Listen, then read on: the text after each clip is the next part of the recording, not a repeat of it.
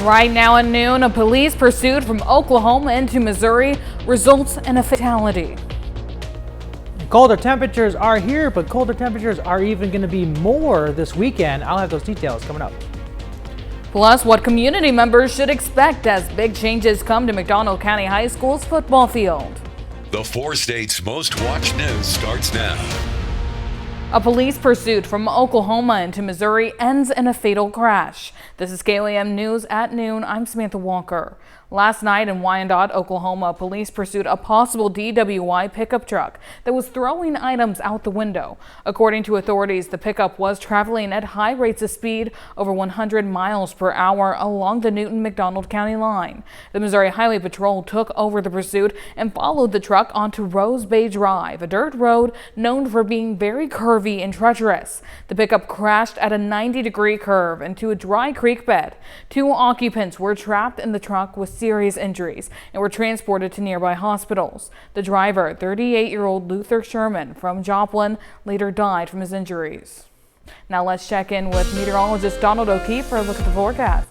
I'm sure you can tell that the colder temperatures have arrived, even though you're seeing behind me on the downtown Pittsburgh cam here. Nice sunny skies. You can see the camera shaking a bit. That's because it's going to be colder today and a bit gusty as well. Yesterday we got up to 65 degrees, 21 degrees above average, but now we're going to start getting into those seasonable highs for the next couple of days. For our current conditions, 44 degrees. That's actually going to be our high for today. Those temperatures are going to continue to drop as we go through the next couple of hours. Nice sunny skies as those clouds from this morning are starting to push out. Winds out of the northwest at 24 miles an hour, and they're gusting up to 40. So like I said, it is a bit breezy out there as well. For today, high of 44, like I was saying, that's right now. Clouds decreasing, temperatures are going to continue to drop, and they're also going to be a bit windy as well. So as we go through today into the evening, we're going to have clouds dissipating. Now we're going to see temperatures drop into the mid to low 20s overnight. Also, wind chill values could also be in the single digits to about 15 degrees overnight. So very cold temperatures are here and also are going to continue to drop as we get into the weekend. I'll have more details coming up. Thanks, Donald. A Nevada police investigation is underway after the Missouri State Fire Marshal says yesterday's house fire in Nevada was intentionally set. Crews respond to the fire on East Ashland Avenue just before 9:30. They found flames and smoke coming from the 1.5-story home. Multiple fire departments responded. One Nevada firefighter fell through the floor but was able to get out safely. He was taken to the hospital but has since been released. The home was vacant at the time of the fire. Crawford County prosecutors formally charged a 17-year-old with first-degree murder in the fatal shooting of a Girard High School senior. The court held a detention hearing yesterday for the juvenile, who also faces 4 counts of aggravated endangering a child and criminal use of a weapon. The charges stem from Friday night's shooting at Schlinger Park in Pittsburgh. 18-year-old Adam Bassari was found with gunshot wounds and pronounced dead at the scene. Later that night, Crawford County deputies arrested the suspect in Arma. Bassari was a senior at Girard High School, set to graduate in May. Eastside Cafe in Girard will sell pulled pork sandwiches Friday from 5 to 7 p.m., with all proceeds going to the family. There's also a GoFundMe set up for the Adams family. Well, a judge denies the release of former Cherokee County Deputy Garrett Gayoso, who faces charges of producing child pornography. A grand jury indicted Gayoso in December, and he remains in custody over community safety concerns. Authorities say he allegedly maintained an inappropriate relationship with a minor, exchanging thousands of texts and images. The KBI helped investigate the case, which goes to trial on March 2nd in Wichita. Gayoso resigned from the sheriff's office last year. This morning, the city of Joplin hosted its inaugural State of the Community event. Leaders from across local government, business, education, and nonprofits joined together to talk about accomplishments and challenges in the Joplin area. Topics tackled included public safety, economic opportunity, and addressing homelessness. We'll have more details tonight on KOAM News at 5 and 6. Well, a group of concerned residents gathered in the parking lot across from the Cornell complex to protest the State of the Community program. The group is associated with Hopeful Bites, and they're out feeding people as the protest takes place. Their concerns are the city treatment of the unhoused population and the price for the event. That we don't think it's right to basically put the knowledge of what's happening in our city behind a paywall, essentially, you know what I mean? I'm broke, I ain't got $25, and I'd love to know what's being said. Many of us don't have the kind of money for that and would still love to know what's being said. The city has stated that the video of the event will be available later this week. Well, Missouri Governor Mike Kehoe delivered his first State of the State address, calling for the elimination of the state's individual income tax within 5 years. Kehoe wants voters to decide the issue at the ballot box this year. He says Missouri isn't competitive enough, and to change that, we must first change the state's tax structure.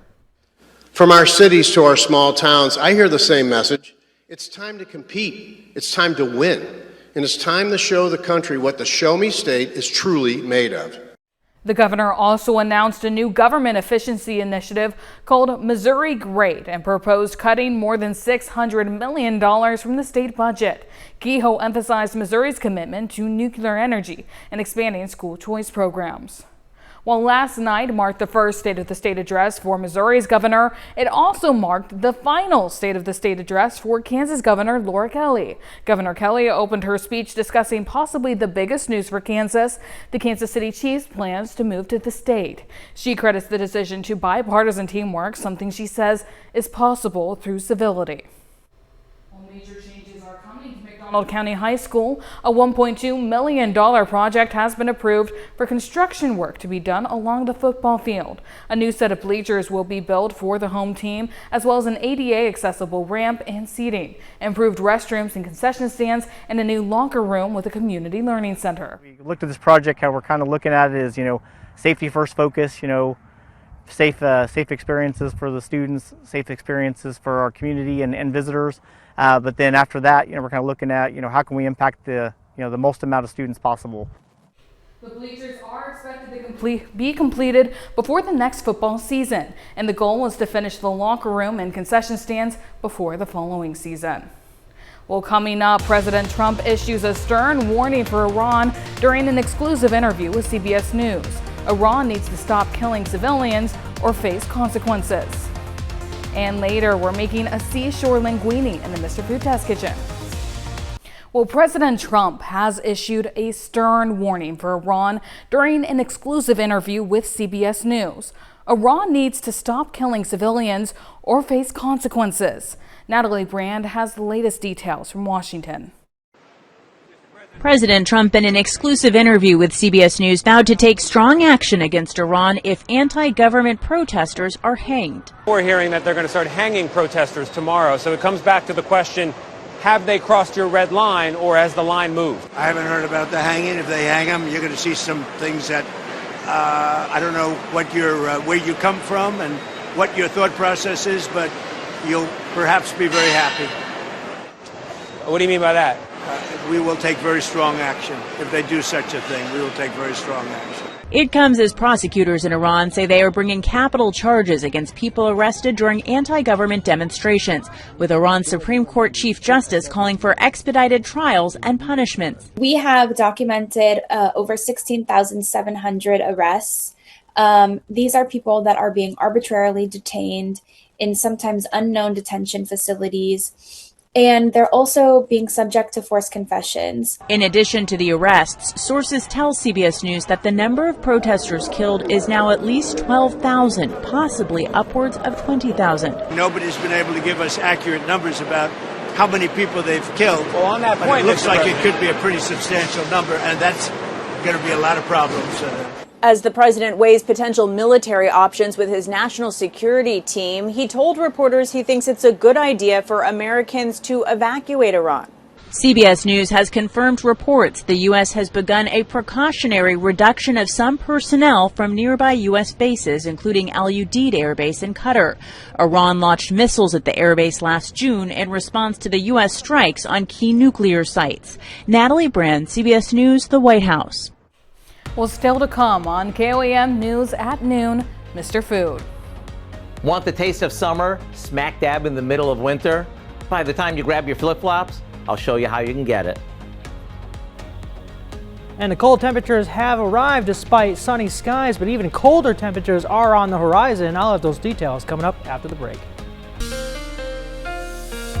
Yeah, the cold front is pushing through our area, pushing out all those clouds from this morning and bringing in colder temperatures. Let's take a look at downtown Pittsburgh right now. You can see nice sunny skies, but like I said, temperatures are going to start to drop. And you can actually see the camera shaking a bit because it is going to be a bit gusty out there today as well. So not too bad of the skies, but like I said, temperatures are going to drop. Let's take a look at our Skywatch storm tracker. There's that low pressure system out there by the Great Lakes, bringing in that cold front into our area. And like I said, we're going to have clear skies behind it because there's a high pressure system, a weak high pressure system that will slowly make its way south, clearing out more of those clouds, keeping things on the drier side, but also still going to be bringing in cold Arctic air with it as well. So taking a look at our regional temperatures, there's all that cold air making its way into an area that will stick around pretty much for the next week, having right around average temperatures for this year, for this time of year, but temperatures are going to continue to drop as we get into the weekend. But our current conditions, 44 degrees, nice sunny skies. It feels like 35. Winds out of the north,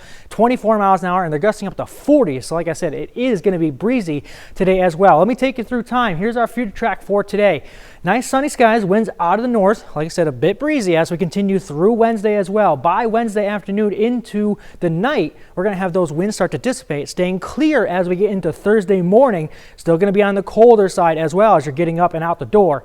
Then we get to Thursday afternoon. We're going to stay sunny and clear, but now winds are shifting out of the northwest. But we're not going to warm up too much. We're only getting into about the mid 40s for our Thursday, despite it being on the sunny side as well. And as we get into Thursday night, Friday morning, our next stronger cold front system is going to start pushing through. You can see clouds increasing by Friday morning, bringing in colder temperatures that we're experiencing right now by Friday afternoon into Sunday, maybe even seeing a possible isolated snow flurry as well by Friday night into Saturday morning. But if you're planning your day today, high of 44 degrees, that high of 44 actually happened around this morning and noon, and then temperatures are going to continue to drop as we go through the day. Like I said, partly cloudy, mostly sunny skies. Winds could be gusting up to 35, 40 miles an hour for today. Tonight, dropping down to 20 degrees. The winds will ease up a bit. Wind chill values can be about 10 to 15 degrees for tonight, so definitely on the colder side. For tomorrow, high of 45 degrees, partly cloudy skies. Winds can still gust up to 25 for tomorrow as that weak high pressure system builds into our area. For tomorrow night, 34 degrees, mostly clear skies. It's still going to be about above average for this time of year for the low, and still on the breezier side, about 20 miles an hour. Taking a look at our 7 to 10 day here, 44 degrees for today, 45 for Thursday, 46 on Friday, but then that's when that next stronger system is going to make its way in. You can see on Saturday, maybe even a few flurries. We're going to keep an eye on that over the next couple of days to see how that plays out. 38 on Saturday, 33 on Sunday. We're going to temperatures are going to drop significantly overnight by Friday night into Saturday night, and we're going to see temperatures in the single digits possibly Saturday night, even up to the upper teens. But it's going to be very, very cold out there as we enter this weekend, and we're going to stay pretty cold into the upper 30s through next week as well. Maybe seeing temperatures rebound back into the low 50s by next Wednesday, but definitely on the colder trend. It is January, so let's remind ourselves that the cold is here, and we might, like I said, maybe could see some snow flurries as well. You know, I can kind of hope. I was asking for a white Christmas. We definitely did not get that. But maybe, a little bit of flurries, not enough to hamper anything too badly, but just, a little bit of snow so it can feel like January. It can feel like winter. Yeah, the snow has downtrended a little bit, but I also want to point out, since it is going to be cold, make sure this weekend you guys drip your faucets, have extra layers on if you go outside, because those overnight temperatures are not something to play with. No, I know I've invested in a car cover because, I'm leaving my house at 3 in the morning, and I don't want to be scraping my car back then. So I know tonight I'm going to put it on and make sure it works. So my windshield's nice and covered. But that's a good plan. Hopefully others follow it as well. Well, thanks so much, Donald. We'll stick around. We're making seashore linguine in the Mr. Food Test Kitchen. We'll be right back. Well, it may be January and technically winter, but you can let the summertime flavors of this seashore linguine whisk you away to a seaside afternoon. Howard shows us how to make it in the Mr. Food Test Kitchen. Wouldn't it be nice to get away to the beach for a little R&R right about now? Of course it would, and with that would come lots of great food. Well, maybe we can't get to the beach, but the dish we're whipping up today will certainly make us feel like we're there, and it comes together in no time. We saute some chopped garlic in a bit of olive oil till it's golden. Just make sure you keep an eye on it. because it can go from golden to burnt in no time. Now we add in a couple cans of chopped clams, yep, with the juice and all, a bit more clam juice, some chopped parsley, and a few seasonings that we have right in our pantry. While that simmers, we cook up a pound of linguine, and after we drain it, we top it with the clam sauce, and dinner is ready. And if you really want to go to town, how about steaming a few fresh clams to top this off with to make it even more beach-worthy? Either way, when you serve up steaming bowls of this, top with some grated Parmesan cheese, get ready for the taste of summer. So what do you say you grab your flip-flops, a straw hat, and the recipe for our seashore linguine so you can have a midwinter getaway without leaving the house? I'm Howard in the Mr. Food Test Kitchen, where today we found a summery way for you to say, ooh, it's so good. You can find this recipe along with a lot more good food from the Mr. Food Test Kitchen online. Just go to our website at koamnewsnow.com. We're going to see more seasonable high temperatures pretty much through the rest of the week before another cool down is going to bringing in some colder temperatures by Saturday. Temperatures are going to be into the 30s by this weekend, even getting into the single digits overnight before even possibly warming up again by next Wednesday. You know, I'm hoping for a little bit of chance of flurries, so fingers crossed on that one, Donald. Just enough to make the scene pretty, but not enough to make the roads dangerous. Yes, that's my hope. Well, thanks, Donald. What do you have coming up for us tonight? Well, a lot at 5. For starters, millions of Americans with student loans could soon see their paychecks and credit scores take a hit. The Department of Education has started sending out notices to those in default that their wages will be garnished, meaning the government can take part of your paycheck without going to court. Plus, we're going to have more details from today's inaugural State of the Community event in Joplin. And the McDonald County Prosecuting Attorney takes part in a lunch and learn event. Hope you'll join us for those stories. A lot more, of course. It's coming up today. KOAM News at 5. Well, those all sound great, Dale. Thank you so much. Well, that's the news for now. Thank you for joining us for KOAM News at noon. Have a great afternoon.